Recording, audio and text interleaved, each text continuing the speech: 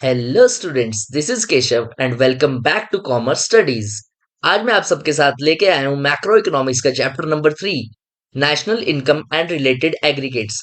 इस चैप्टर के हम बेसिक कंसेप्ट्स इस वीडियो में समझेंगे और न्यूमेरिकल वाले कंसेप्ट जो फॉर्मूले आते हैं वो हम नेक्स्ट वीडियो में समझेंगे। और आपको अगर मेरे नोट्स एक्सेस करने हैं तो आप डिस्क्रिप्शन में या कमेंट बॉक्स में जाके मेरे नोट्स का लिंक एक्सेस कर सकते हैं। तो बिना किसी देरी के let's start with our chapter national income and related aggregates. तो सर, नेशनल इनकम क्या होती है और डोमेस्टिक इनकम क्या होती है, इसको समझने के लिए हम हिंदी में समझेंगे कि नेशनल इनकम क्या चीज है और डोमेस्टिक इनकम क्या चीज है। आपको सिर्फ इतना याद रखना है कि नेशनल इनकम क्या होती है, इंडियंस की इनकम। नेशनल इनकम क्या है, इंडियंस की इनकम। और डोमेस्टिक इनकम क्या है सर, इंडिया की इनकम। सर बिल्कुल नहीं समझ में आया।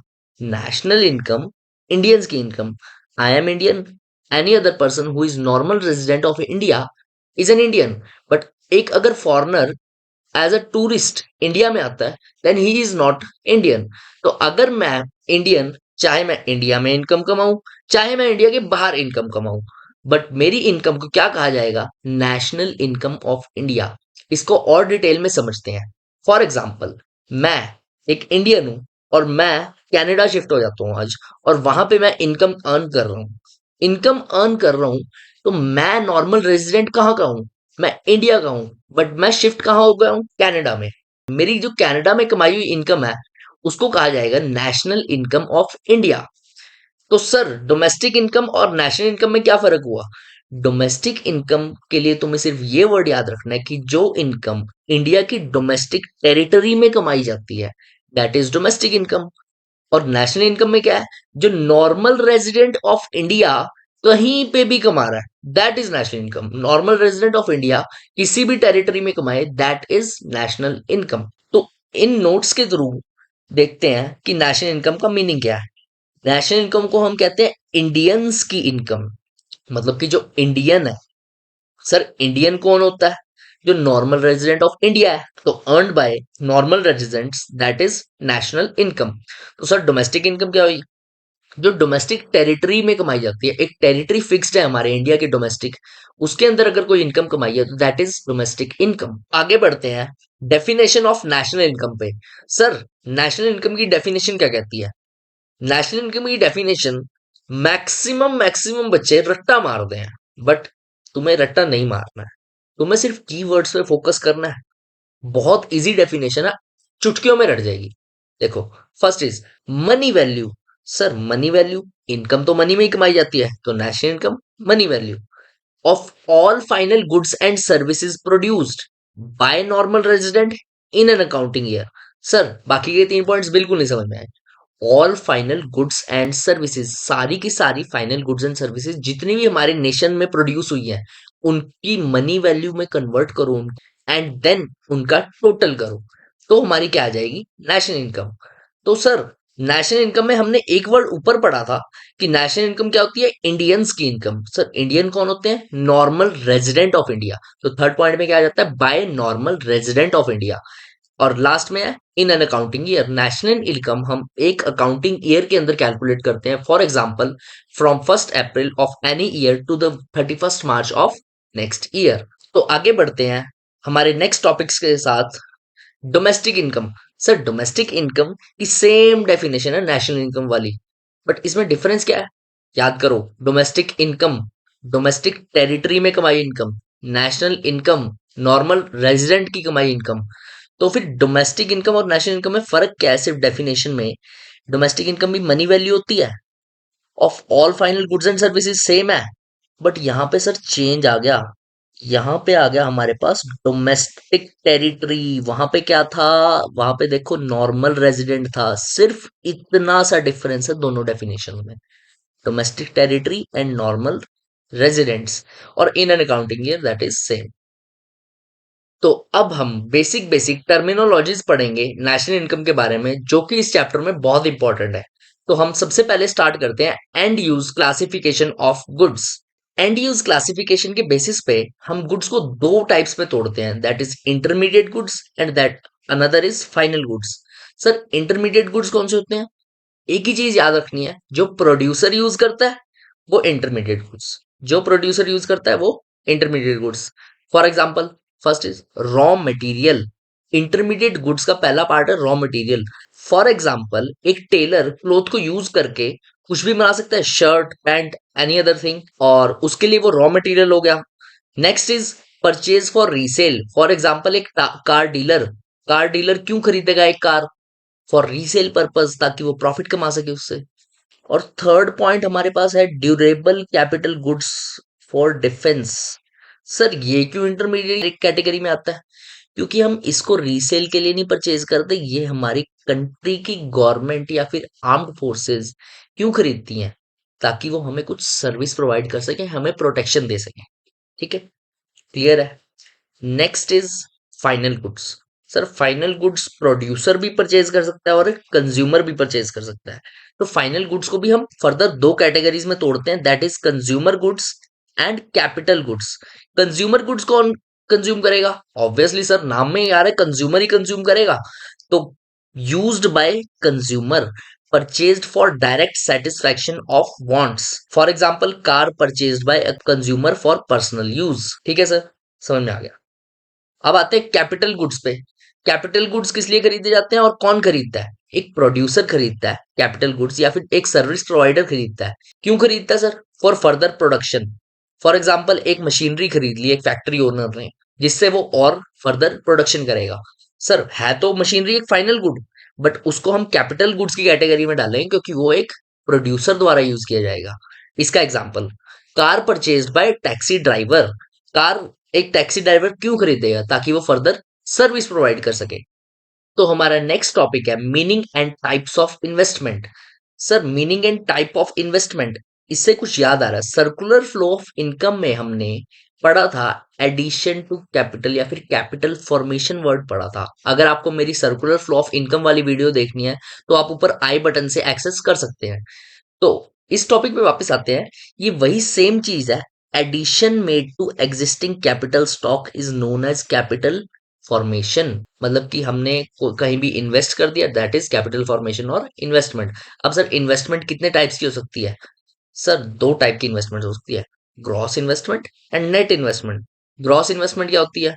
जो हम टोटल एडिशन, मान लो आज मैंने एक नई मशीनरी खरीदी, तो मैंने एक टोटल एडिशन कर दिया इन्वेस्ट। नेट को आगे एक्सप्लेन करूंगा। आज मैंने मान लो एक मशीनरी खरीदी, तो वो मेरी क्या होगी? Gross investment. ग्रॉस इन्वेस्टमेंट में भी हमारे पास दो टाइप्स की इन्वेस्टमेंट आती हैं, gross fixed investment, inventory investment. Gross fixed investment कौन सी होती है sir? Sir gross fixed investment में हमारे पास ये तीन टाइप्स की इन्वेस्टमेंट आती हैं, business fixed investment, residential construction investment, gross public investment. और हमारे पास इन्वेंटरी इन्वेस्टमेंट भी होती है, जो कि होती है closing stock minus opening stock. ये चीज आपको एक्सपेंडिचर मेथड में भी रिपीट होएगी, इसीलिए आप अभी इसको ध्यान में रखें ताकि आगे भी आपको हेल्प मिल सके। नेक्स्ट वीडियो में भी हम इसको कवर करेंगे। तो ग्रॉस फिक्स्ड इन्वेस्टमेंट को चलो डिटेल में स्टडी करते हैं। ग्रॉस फिक्स्ड इन्वेस्टमेंट में पहला हमारे पास है बिजनेस फिक्स्ड इन्वेस्टमेंट। तो अगर हम बिजनेस के अंदर कोई भी एसेट खरीदते हैं, फिक्स्ड एसेट, तो that is gross business fixed investment. ठीक है। नेक्स्ट है gross residential construction investment. Residential construction नाम से ही पता लग रहा है कि हमने अगर कोई रेजिडेंशियल हाउस प्रॉपर्टी खड़ी करी तो उसके लिए हमें कुछ एक्सपेंडिचर लगेगा, that is gross residential construction investment. And third is public investment. Sir public investment क्या होता है? पब्लिक इन्वेस्टमेंट करता कौन है? गवर्नमेंट करती है। किस पे? पब्लिक गुड्स बनाने पे। कौन से public goods? Fixed asset, hospitals, schools, जो गवर्नमेंट के फिक्स्ड एसेट है। ठीक है। Next is inventory investment. Inventory investment के अंदर क्या आता है सर हमारे पास? इन्वेंट्री इन्वेस्टमेंट, देखो हम फिक्स्ड इन्वेस्टमेंट ही नहीं करते हमेशा, हम इन्वेंट्री में भी डालते हैं। देखो हमारे पास दो टाइप्स के एसेट्स होते हैं ना, current assets, non current assets. अगर हमने नॉन करंट एसेट्स में इन्वेस्ट किया तो हमारे पास फिक्स्ड इन्वेस्टमेंट हुई, और अगर करंट एसेट्स में इन्वेस्ट किया तो फिर हमारे पास इन्वेंट्री इन्वेस्टमेंट हुई, closing stock and opening stock. किसका sir? Finish goods, work in progress and raw material. तीन टाइप्स के हमारे पास गुड्स होते हैं। First is finish goods, second is work in progress and third is raw material. अब आते हैं हमारी सेकंड टाइप की इन्वेस्टमेंट पे, that is net investment. Net investment क्या होती है सर?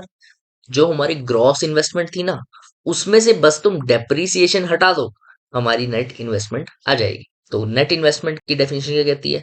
टोटल एडिशन में से अगर तुम लेस सीएफसी कर दोगे, सर आपने तो डेप्रिसिएशन बोला था, CFC is also known as depreciation. Depreciation CFC का एक पार्ट है। सीएफसी की फुल फॉर्म है consumption of fixed capital. CFC का पार्ट है डेप्रिसिएशन, तो हम उसको लेस कर देते हैं यहां से, ताकि हमारे पास नेट इन्वेस्टमेंट आ जाए। यहां पे आप फॉर्मूला स्टडी कर सकते हैं, net is equal to gross minus depreciation which is a part of CFC. Do not consider CFC is equal to depreciation always, क्योंकि सीएफसी का एक पार्ट डेप्रिसिएशन होता है। सर डेप्रिसिएशन कैसे कैलकुलेट करेंगे? डेप्रिसिएशन का फॉर्मूला वही सेम टू सेम है एसएलएम मेथड का, क्लास 11th में जो हमने पढ़ा था, कि depreciation is equal to cost में से स्क्रैप हटा दो और डिवाइड कर दो एस्टिमेटेड लाइफ ऑफ एसेट से। फॉर एग्जाम्पल मेरे पास एक एसेट है जो कि 11 लाख की है, 11 लाख की एसेट, और इसमें 1 लाख का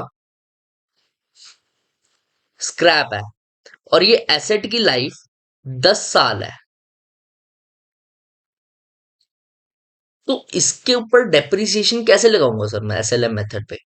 देखो, 11 लाख की मशीन है, जिसमें से 1 लाख तो स्क्रैप बचेगा 10 साल बाद। तो मेरे पास मशीनरी की वैल्यू कितनी हुई? 11 लाख में से गई 10 लाख। तो 10 लाख की वैल्यू मैं यूज कर सकता हूँ, डेप्रिसिएट कर सकता हूँ। तो 10 लाख की वैल्यू कितने साल तक चलेगी मेरी? 10 साल तक। तो 1 साल का डेप्रिसिएशन कितना हुआ? 1 लाख पर एनम। क्लियर है?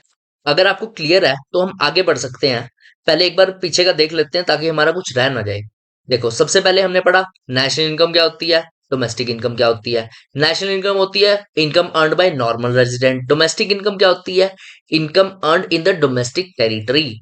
दोनों की डेफिनेशंस पढ़ी हमने। देन उसके बाद हमने and use classification of goods देखा, जिसमें हमने पढ़ा इंटरमीडिएट गुड्स क्या होते हैं एंड फाइनल गुड्स क्या होते हैं। फाइनल गुड्स के अंदर भी दो फर्दर क्लासिफिकेशन है, consumer goods and capital goods. Then हमने पढ़ा types of investment. First is gross investment, second is net investment. Gross के अंदर भी हमारे पास दो टाइप्स होते हैं, ग्रॉस के अंदर फिक्स्ड एंड ग्रॉस के अंदर inventory. Fixed, sir fixed investment में सारे फिक्स्ड एसेट्स के ऊपर इन्वेस्टमेंट आ जाएगी। First is business, second is residential house property, and third is public investment. तो इन्वेंट्री इन्वेस्टमेंट में क्या होता है sir? Closing stock minus opening stock. कौन सा stock? Raw material, finish goods and work in progress. WIP को ध्यान से पढ़िएगा, WIP that is work in progress. Net और नेट इन्वेस्टमेंट में क्या होता है सर? जो हमारी ग्रॉस इन्वेस्टमेंट होती थी या टोटल एडिशन होती थी, उसमें से हम डेप्रिसिएशन हटा देते थे, तो हमारे पास नेट इन्वेस्टमेंट आ जाती थी। ये एक की फॉर्मूला है जो कि आगे तुम्हें हर फॉर्मूले में काम आएगा। तो नेक्स्ट टॉपिक है हमारा डोमेस्टिक और इकोनॉमिक टेरिटरी। सर आपने डोमेस्टिक इनकम में पढ़ाया था कि डोमेस्टिक टेरिटरी के अंदर कमाई हुई इनकम हमारी क्या होती है? Domestic income. तो डोमेस्टिक टेरिटरी किसको बोलते हैं सर? तो ये जो 4 पॉइंट्स के अंदर फॉल करती है ना हमारी टेरिटरी, वो होती है हमारी domestic territory. First is political frontier including water and air space. Political frontier including water and air space मतलब कि इंडिया के बाउंड्रीज जो हैं उसके अंदर, उसके नीचे का वाटर, उसके ऊपर की हवा, सारी हमारी क्या है? Domestic territory. नेक्स्ट है हमारे पास एम्बेसीज। सर एम्बेसीज क्या होती है? जो इंडिया एक कंट्री है, उसकी एम्बेसीज बाहर काफी सारी कंट्रीज में सिचुएटेड है। सर एम्बेसीज का काम क्या होता है? दो देशों के बीच में जो कम्युनिकेशन है उसको मेंटेन रखते हैं हमारी एम्बेसीज। फॉर एग्जांपल इंडिया से किसी ने बाहर टूरिस्ट पे जाना है, किसी ने सेटल होने जाना है, तो एम्बेसीज की बिना परमिशन के कोई नहीं जा सकता। तो यही काम होता है एम्बेसीज का। तो सर इंडिया की एम्बेसी अगर बाहर किसी भी कंट्री में सिचुएटेड है, उस एम्बेसी के एरिया को सिर्फ कहा जाएगा डोमेस्टिक टेरिटरी। Why sir? क्योंकि उसके एम्बेसी के अंदर जो लोग काम कर रहे हैं वो भी तो इंडियंस हैं, तो वो भी डोमेस्टिक टेरिटरी के अंदर ही इनकम कमाएंगे। बट उनको कहाँ जाना पड़ रहा है? बाहर की कंट्री में जाना पड़ रहा है। दैट्स वाई हमारी गवर्नमेंट कंसीडर करती है कि एम्बेसीज को हम डोमेस्टिक टेरिटरी में मानेंगे। तो सर बाहर की कंट्रीज की एम्बेसीज भी इंडिया में हो सकती हैं, बिल्कुल हो सकती हैं, बट उनको हम डोमेस्टिक टेरिटरी में कंसीडर करेंगे? बिल्कुल नहीं करेंगे, क्योंकि वो डोमेस्टिक टेरिटरी कौन सी कंट्री की होगी? उस कंट्री की होगी। ठीक है, क्लियर है? Embassies, Indian embassies situated outside India are the domestic territory of India. Next is ships and aircrafts of India. मान लो इंडिया का कोई शिप या एयरक्राफ्ट बाहर की कंट्री में गया, तो बाहर की कंट्री में जाते ही वो देश से दखल थोड़ी हो जाएगा, मतलब देश से अलग थोड़ी हो जाएगा। तो इसी करके हम बाहर की कंट्री में जो हमारे एयरक्राफ्ट शिप्स जो भी जा रहे हैं, उनको हम कंसीडर क्या करते हैं, domestic territory of India. And the last point is fishing vessels oil and natural gas for research. मान लो इंडिया ने इंडियन ओशियन के अंदर कहीं पे भी अपने रिसर्च सेंटर्स खोले हैं अंडर वाटर, या फिर कोई oil and gas natural gas extract करने के लिए प्लांट्स लगाए हैं, उन जगहों को भी हम क्या कंसीडर करेंगे, डोमेस्टिक टेरिटरी ऑफ इंडिया। तो इसके अंदर क्या चार पॉइंट्स आए, पॉलिटिकल फ्रंटियर, जिसमें हम वाटर एंड एरोस्पेस दोनों को कंसीडर करेंगे, इंडियन एम्बेसीज आउटसाइड इंडिया को कंसीडर करेंगे, ships and aircrafts of India को कंसीडर करेंगे, and last is fishing vessels oil and natural gas for research. अब इसी टॉपिक की प्रैक्टिस के लिए मैंने यहाँ पे कुछ चार पांच क्वेश्चंस रखे हैं जो मुश्किल होते हैं, लगते हैं बच्चों को। तो इसी करके हम पहले देखेंगे कि डोमेस्टिक टेरिटरी के अंदर फॉल करते हैं कि नहीं। First one is Indian embassy in Australia. Sir embassy कौन सी कंट्री की है, इंडिया की। कहाँ भी कहीं भी सिचुएटेड हो, डोमेस्टिक टेरिटरी किसकी होगी, इंडिया की। इसको हम कंसीडर करेंगे, डोमेस्टिक टेरिटरी ऑफ इंडिया में हम इसको कंसीडर करेंगे। Next is branch of American bank in India.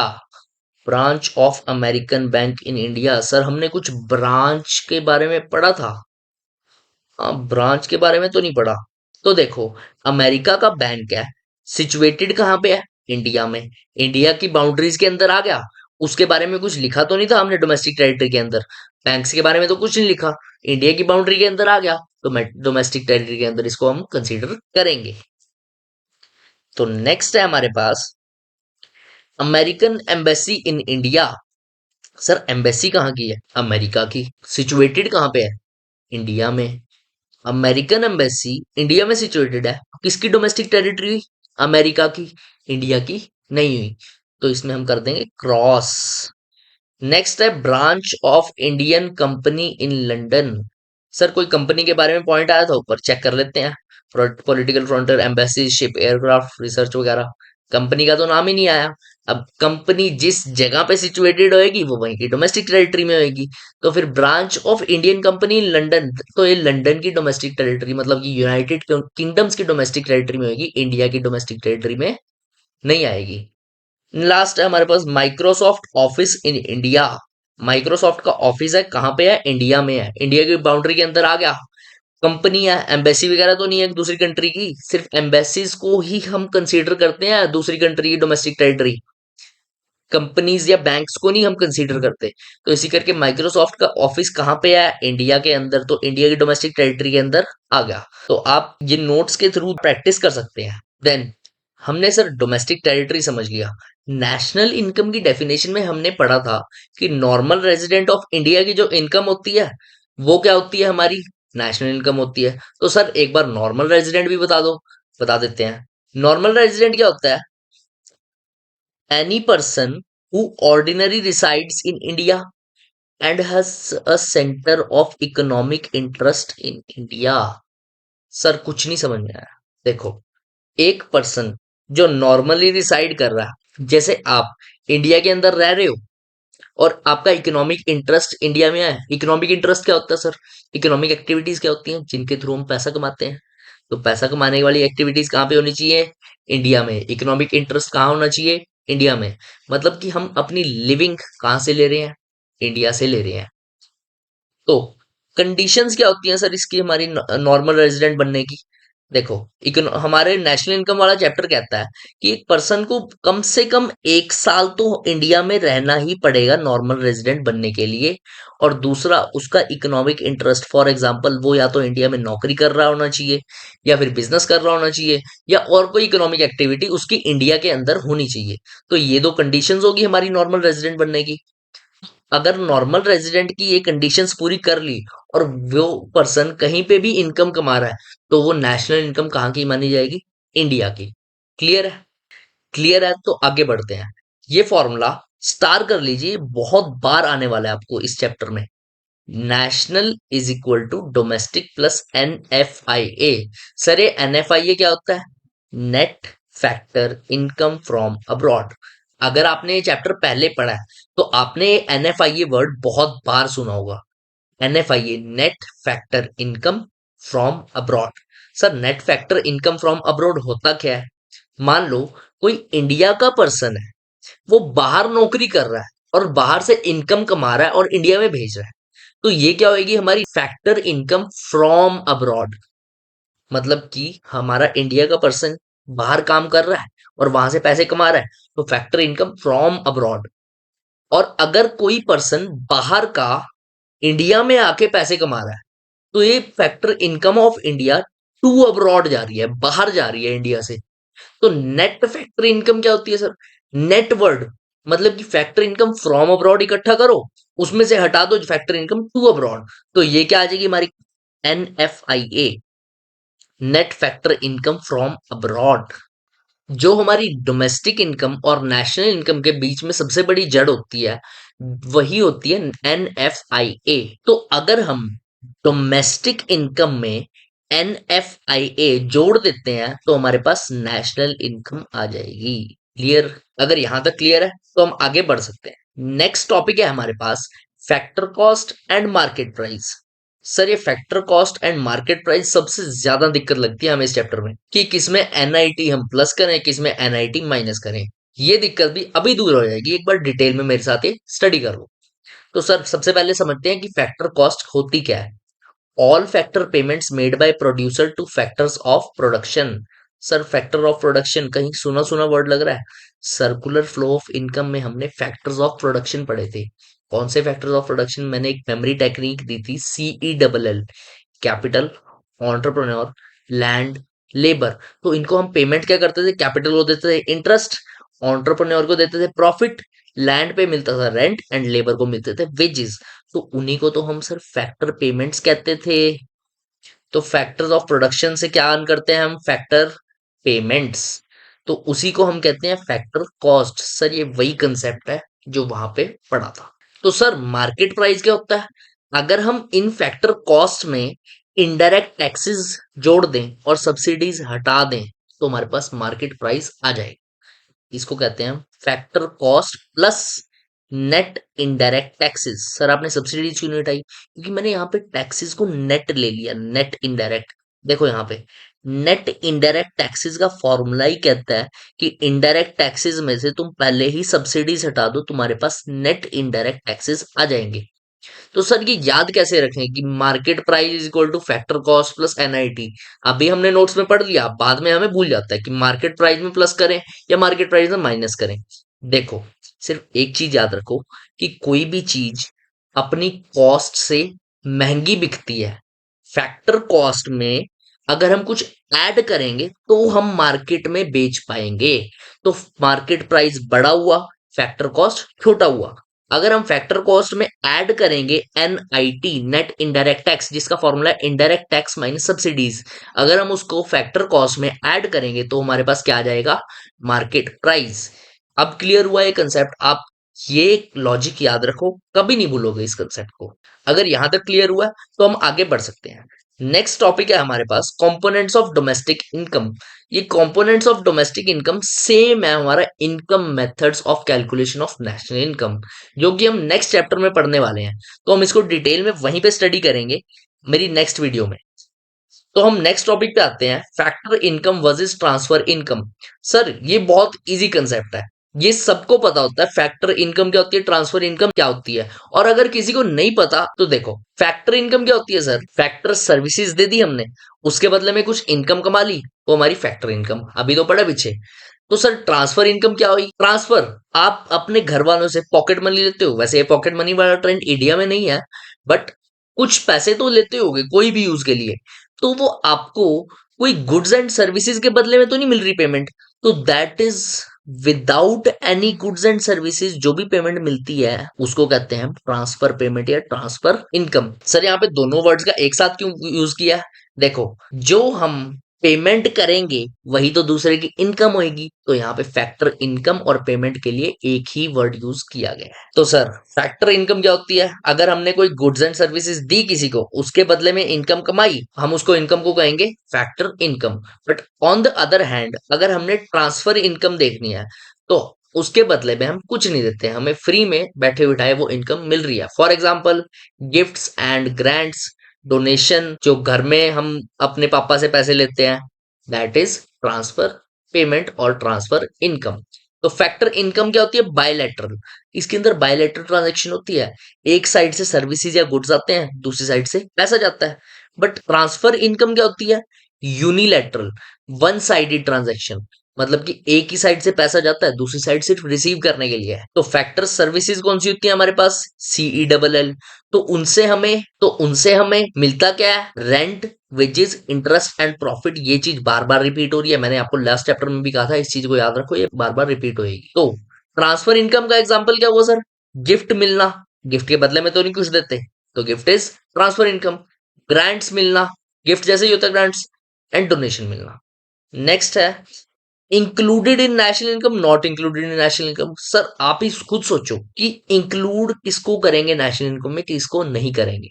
देखो, फैक्टर सर्विसेज दी, उसके बदले में फैक्टर पेमेंट ली, या फिर गुड्स दिए किसी को, उसके बदले में पेमेंट ली। तो अगर सर बायलैटरल ट्रांजैक्शन है, तो कुछ ना कुछ प्रोड्यूस हुआ होगा इकोनॉमी में, तो नेशनल इनकम में कंसीडर करेंगे, क्योंकि नेशनल इनकम की हमने अभी अभी डेफिनेशन पढ़ी है, monetary value of final goods and services. मतलब फैक्टर इनकम या फैक्टर पेमेंट के केस में फाइनल गुड्स एंड सर्विसेज क्या हो रही है? प्रोड्यूस हो रही हैं। But on the other hand transfer payment, देखो तुम्हारे घर में मान लो 5,000 रुपीज आते हैं एक मंथ के, और तुम्हारे फादर उस 5,000 में से 3,000 तुम्हें दे देते हैं, तो तुम्हारे घर की इनकम क्या 8,000 हो जाएगी? नो। क्यों? क्योंकि वो तो ट्रांसफर पेमेंट हुई, उसके बदले में तुमने तो कोई सर्विस नहीं दी। क्लियर हुआ अब? तो घर की इनकम तो 5,000 ही रहेगी, चाहे वो तुम्हें ट्रांसफर कर दिए गए हो। अब क्लियर है? इसी करके हम ट्रांसफर इनकम को नेशनल इनकम में कंसीडर नहीं करते हैं, not included in national income. Next topic पे बढ़ते हैं हम, national income accounting. Sir national income accounting क्या होती है? देखो, डबल एंट्री सिस्टम में हम क्लास 11th में अकाउंट्स बनाते थे, बस उसी तरीके से method of preparing and presenting national income accounts on the basis of principles of double entry system. मतलब इसको एक डेबिट क्रेडिट की फॉर्म में अरेंज कर देने को हम क्या कहते हैं? National income accounting. तो इसके यूजेस क्या होते हैं सर? ये क्या इंडिकेट करता है? कंट्रीब्यूशन ऑफ डिफरेंट सेक्टर्स, कि हमारे डिफरेंट सेक्टर्स कितना कितना कंट्रीब्यूट कर रहे हैं। प्राइमरी सेक्टर कितना कंट्रीब्यूट कर रहा है हमारी नेशनल इनकम को, और सेकेंडरी सेक्टर कितना कंट्रीब्यूट कर रहा है हमारी नेशनल इनकम को, टर्शरी सेक्टर कितना कंट्रीब्यूट कर रहा है। इन तीनों के बीच में हम कंपैरिजन कर सकते हैं। नेक्स्ट है enables comparison of national income and per capita income. तो नेशनल इनकम अकाउंटिंग के थ्रू हम कंपेयर कर सकते हैं अपने देश की नेशनल इनकम को अपने देश की पर कैपिटा इनकम के साथ। नेक्स्ट है हमारे पास identifies the specific economic strength and failure. हम नेशनल इनकम के थ्रू पता कर सकते हैं कि हमारे कौन से सेक्टर में हमें फोकस करने की जरूरत है, हमारे देश में कौन सा सेक्टर हमारी स्ट्रेंथ है और कौन सा सेक्टर हमारा फेलियर है। फॉर एग्जाम्पल इंडिया में एग्रीकल्चर सेक्टर बहुत पीक पे है, क्योंकि इंडिया की मोस्ट ऑफ द पॉपुलेशन किसमें इंडल्ज है? एग्रीकल्चर में। तो इसी करके एग्रीकल्चर इंडिया की स्ट्रेंथ हुई, और इंडिया के जो फेलियर्स हुए वो हम नेशनल इनकम के थ्रू पता कर सकते हैं। लास्ट पॉइंट है इसमें, interprets the working of economy. Economy कैसे वर्क करती है, इकोनॉमी में कौन सा सेक्टर ज्यादा तरक्की कर रहा है, कौन सा नहीं कर रहा, तो इसको हम किस तरीके से समझ सकते हैं? नेशनल इनकम अकाउंटिंग के थ्रू। तो बेसिक कंसेप्ट्स का हमारा लास्ट टॉपिक है aggregates related to national income. Sir national income में बहुत सारे एग्रीगेट्स होते हैं, इनकी कैलकुलेशन कैसे होती है, क्या प्लस करना होता है, क्या माइनस करना होता है, क्या निकालने के लिए, इसके लिए मैं एक सेपरेट वीडियो बना दूंगा, जिसमें हम पूरा स्टडी करेंगे कि जीडीपी एमपी से एनडीपीएफसी, एनएनपीएफसी, एनएनपी एमपी कुछ भी निकालना हो तुम्हें, तो कैसे कैलकुलेट होएगा, उसके लिए हम सेपरेट वीडियो लेंगे। अभी आप सिर्फ aggregate related to national income को रीड कर सकते हैं। GDP, NDP, GNP and NNP at factor cost at market price, ये भी सेम है एज इट इज। तो इसको अभी हम सिर्फ नाम से स्टडी करेंगे, एक नेक्स्ट वीडियो में अलग से बना दूंगा जिसमें हम इन सबको डिटेल में स्टडी करेंगे और इन सब की कन्वर्जन कैसे होती है। यही बेसिक है हमारे नेशनल इनकम का। That's all with this chapter. एक बार हम क्विक समराइज कर देते हैं इस चैप्टर को। तो पहले हमने सबसे पहले पढ़ा था national income and domestic income. National income क्या होती है सर? नॉर्मल रेजिडेंट की इनकम। डोमेस्टिक इनकम क्या होती है? डोमेस्टिक टेरिटरी में कमाई इनकम। नेशनल इनकम की ये डेफिनेशन थी और ये डोमेस्टिक इनकम की डेफिनेशन थी। And use classification of goods, इसके अंदर सर हमारे पास दो टाइप्स की गुड्स है, intermediate goods and final goods. Intermediate goods क्या होते हैं, रॉ मटेरियल या फिर परचेज फॉर रीसेल या फिर डिफेंस गुड्स। डिफेंस गुड्स अच्छे से याद रखना ताकि पेपर में आप पूरा डिटेल में लिख पाओ। और फाइनल गुड्स में क्या आता है सर हमारे पास, consumer goods, capital goods. Consumer goods कौन यूज करता है, कंज्यूमर। कैपिटल गुड्स कौन यूज कर सकता है, प्रोड्यूसर। नेक्स्ट था हमारे पास topic meanings and types of investment. Investment क्या होती है, addition to existing capital stock, last chapter में भी पढ़ा था। और इसके अंदर हमारे पास दो टाइप्स होते हैं, ग्रॉस इन्वेस्टमेंट, नेट इन्वेस्टमेंट। तो ग्रॉस इन्वेस्टमेंट क्या होती है, total addition to existing capital stock. इसके अंदर हमारे पास दो टाइप्स आते थे, gross fixed and inventory. Gross fixed के अंदर हमारे पास तीन टाइप्स और आते थे, gross business fixed investment, gross residential construction investment and gross public investment, जिसको अभी हमने डिटेल में स्टडी किया है। एंड इन्वेंटरी इन्वेस्टमेंट के अंदर सिंपल है, क्लोजिंग माइनस ओपनिंग। किसका sir, raw material, finish goods and WIP।